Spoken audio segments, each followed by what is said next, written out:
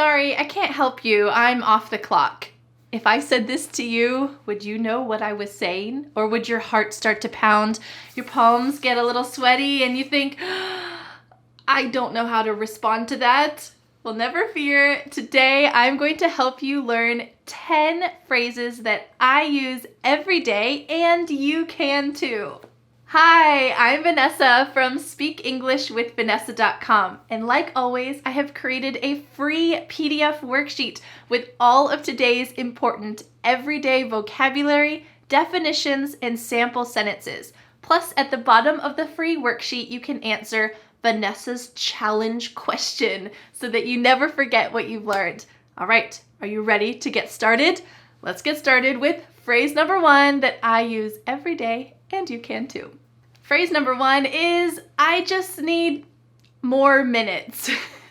All of these phrases are phrases that I use at the end of the day or near the end of the day. So what do you think that this one means? When would I use this? Take a look at the sample sentence. I just need a few more minutes until I start making dinner. Well, making dinner takes energy and effort. So do you get the feeling that I'm tired? Yes, I want to rest for a few more minutes. So often when my husband comes home from work at the end of the day, he says this, I just need 5 minutes of quiet before I help with the kids in the house.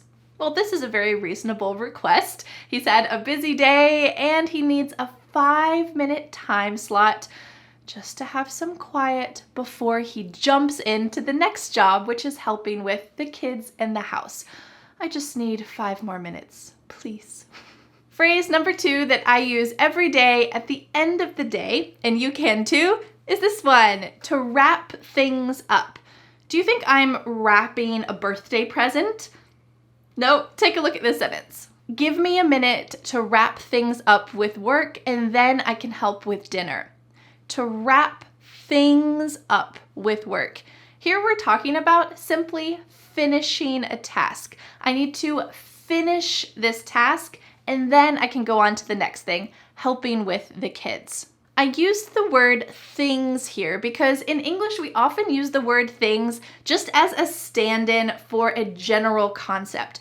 I didn't tell you the details of the project I'm working on. I just said I need to wrap things up. And this is a great fixed phrase that you can use. In my daily life, I try to wrap things up with work before my kids get home from school. This way I'm not scrambling and trying to wrap up the project for work and help the kids transition back home. That's too complicated, right? If you've ever been in that situation, you know.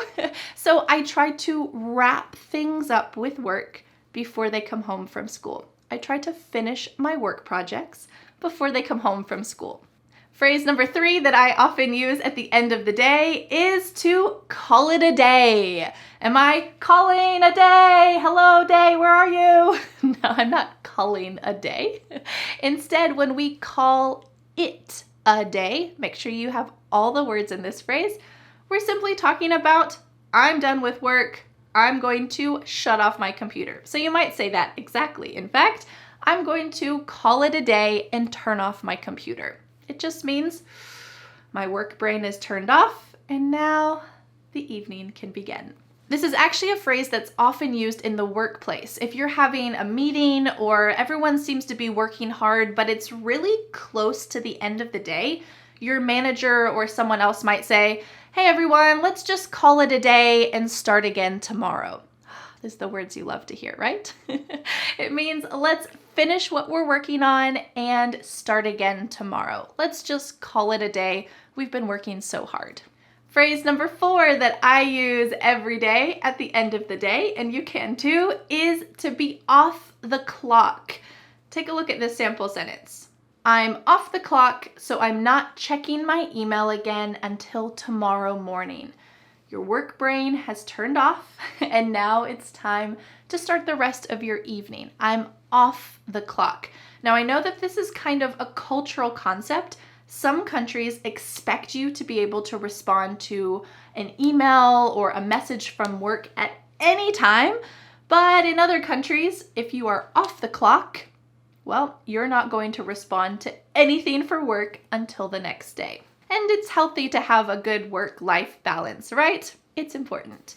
Everyday English phrase number 5 that Dan, my husband, uses, and he wishes that he could use it every day, is this one. To kick off my shoes, or to kick back and relax. Take a look at this sample sentence. When Dan gets home from work, he would like to kick off his shoes and just kick back and relax. Well, because I used the verb would like to, do you think that this happens? Nope. If you are a parent, you know that your work never ends until the kids go to bed, and we have some phrases for that at the end of this lesson. So we could say, after I finish work, I kick off my shoes. And it has the idea that you kind of do it quickly. You're so excited about relaxing, being comfortable. I kick off my shoes, and then you kick back and relax. I imagine you laying on the couch, just with nothing to do. Isn't that such a great feeling? And then all your kids jump on you. If you're a parent, you don't really get to kick back and relax very often, but this is the idea that at the end of the day, a new phase starts and you can try to kick back and relax. The next everyday English phrase is one for busy people. It's this, to do a turnaround. Sometimes we add a word here to do a quick turnaround. Take a look at this sentence. After I finish work, I have to do a quick turnaround to get ready for my tennis game. You can get the sense here that there's not a lot of time in between work and the tennis game. So I need to come home, do a quick turnaround. I'm probably not really spinning in circles, but it's that idea. You feel busy, you have to change your clothes, you have to get in the mindset for tennis. I have to do a quick turnaround to get ready for my tennis game. Phrase number 7 that I use every day at the end of the day, it is to get someone set up. Take a look at this sample sentence. As soon as I get the kids set up with their homework, I'll start dinner. We get the idea that I'm helping them to get started with their homework. And that's really the concept of this phrasal verb. To get someone set up is to get someone started.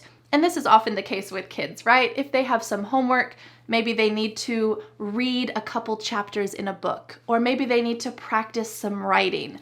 Well, most kids aren't gonna come home from school, sit at the table, open their book, and just do their homework. They need a little bit of help from parents, right?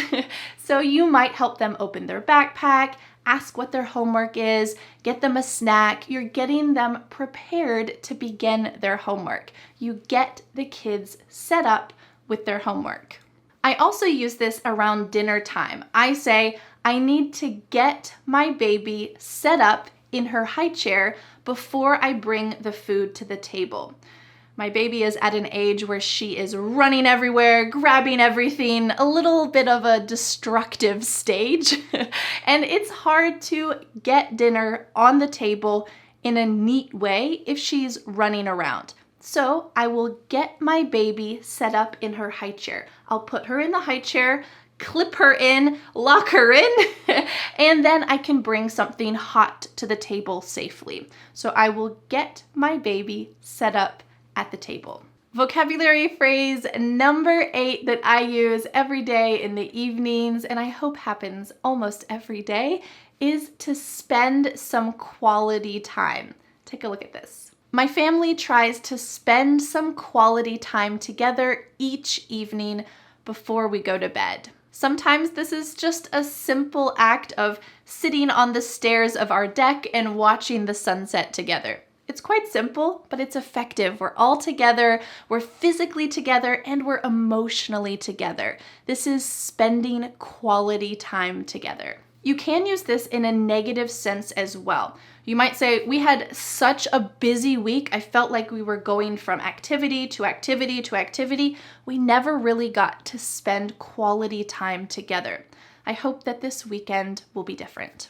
Vocabulary phrase number 9 that I use every day at the end of the day is to unwind. Take a look at this. Here I have a string and I am unwinding it. What do you think this means figuratively to talk about us and our bodies at the end of the day? We could say this: before bed, I like to unwind by reading a book and journaling. We get the sense that during the day, my body and my mind are feeling tight and tense. And then at the end of the day, when I read a book or journal, my body feels relaxed. I can unwind. You might unwind by doing these kind of more passive activities like reading, or you might unwind by doing what my husband Dan does. Take a look at this. When he gets home from work, Dan likes to unwind by going for a run. Sometimes these physical activities can really help your mind and body feel less stressed, so you can unwind by reading or by being more physical and going for a run. Sometimes he pushes our baby in the stroller, and that's the ultimate physical activity, right? You're using your arms, your whole body muscles, and you can unwind at the end of the day. And she has a great time too. And our final 10th English phrase that I use every day at the end of the day, the very end of the day, and you can too, is downtime. Take a look at this sentence. Finally, after the kids have gone to bed, Dan and I can enjoy some true downtime. What do you think this means? It means we have no responsibilities, the house is quiet, we can truly sit and relax our bodies and our minds. So usually for downtime, we might read, we might do a puzzle, we might watch TV, we might chat together, we might just move around the house, cleaning up, doing some little things, but it feels relaxing. It's important to have a little bit of downtime each day. And I think this is true for adults and for children. If your children lead busy lives, they go to school and then they have an activity, then another activity, then another activity, and then dinner, and then homework, and they go to bed. Where's the room to breathe? They need some downtime as well. So make sure that everyone in your family gets at least 15 to 20 minutes of downtime, doing absolutely nothing. It feels so great. Well, thank you so much for learning these 10 everyday English phrases that I use every day, and now you can too.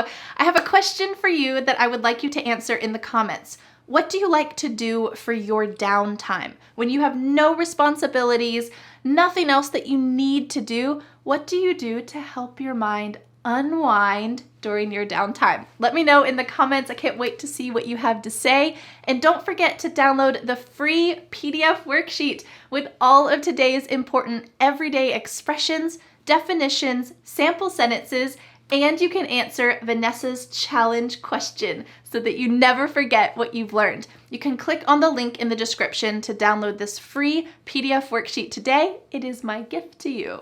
Well, thank you so much for learning English with me, and I'll see you again next Friday for a new lesson here on my YouTube channel. Bye! But wait, do you want more? I recommend watching this video next, where you will learn a phrase that everyone does, but we should not do. What is it? Well, I'll see you in that video to find out.